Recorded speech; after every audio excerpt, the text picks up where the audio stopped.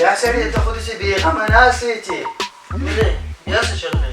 الله زما وراره شوی دی د هغه مبارکۍ درته غواړي لاړه شه هسې لاړه شه څه پیسې خو راکړه که نه چې ورکړم وله په ما یې بدل دی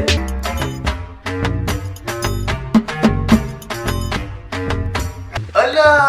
1000 روپۍ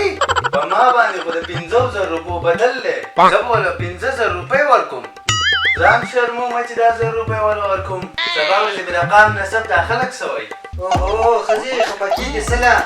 دا واله چې 1000 روپۍ نه وړي که نه دا 500 واله تاسو دې غم خادو خو موږ چړو ته کېنولو که چڼو ته کښېنې او که نینو ته کښېنې غم خادي خو به کې خانه او زه خو غم خادي نشم پرېښودی زه لاړم چې ځان تیار کړم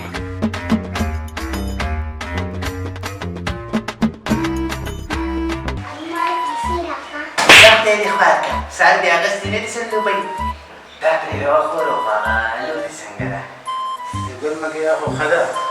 اوس مې سکول ته داخله کړې ده نو ډېره قابله ده سکول ته چې راځي نو بیا چې راشي نو مدرسې ته لاړه شي مدرسې نه چې راشي د کور دا کارونه وکړي نو زه پې دمه شوی یم ماشاءالله یا دغې ستا هغه زوی څنګه دی د زوی خو راته مه وایه پلانکۍ زوی ته چې مې واده وکړو نو سره د ښځې الوتی دی او خبرې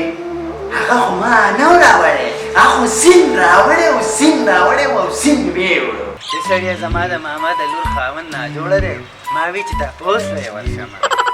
ماما د لور خاوند دا دومره نږدې رشته دغه سړی خو ما چېرته په دې 15 کاله کې دلته ونه لیدو دا مونږ کم نه جوړه شو تا به نه یې لیدلی نو زه خو یار وښینمه ولې هغه به زمونږ کره نه راځي چې مونږ به ورکره نه ځو سو ښځې د یو لاس نه ټپ نه خېږي چې هغې مونږ یادولې مونږ به هغوی هم یادولې ښه وای ګاپ لګوم مړه جوړې لتلم جوړه مې اغسته خال مې راشه د خندا ورځې دي خال مې راشه د خندا ورځې دي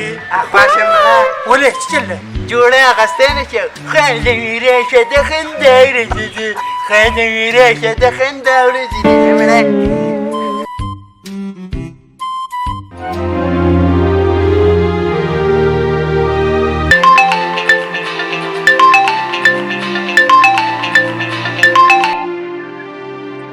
هلو السلام علیکم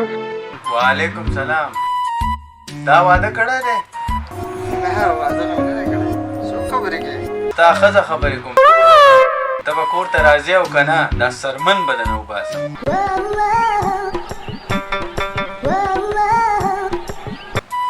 ودرېږه اوس یې په دې بدن نمبر ګورم چې دی څه کوي هلو وعلیکم سلام تاسو واده کړی دی او واده خو مې کړی دی څوک خبرې کوي زه ستا هغه معشوقه خبرې کوم که نه زه ستا نه خفه یم تا ماله دوکه راکړه ته خفه نه شي ما وایې که دا د زما کمینه ښځه خبرې کوي زه ستا هغه کمینه ښځه خبرې کوم که نه ته به کور ته راځې او که نه ګورو به ښه زما او ستا بوی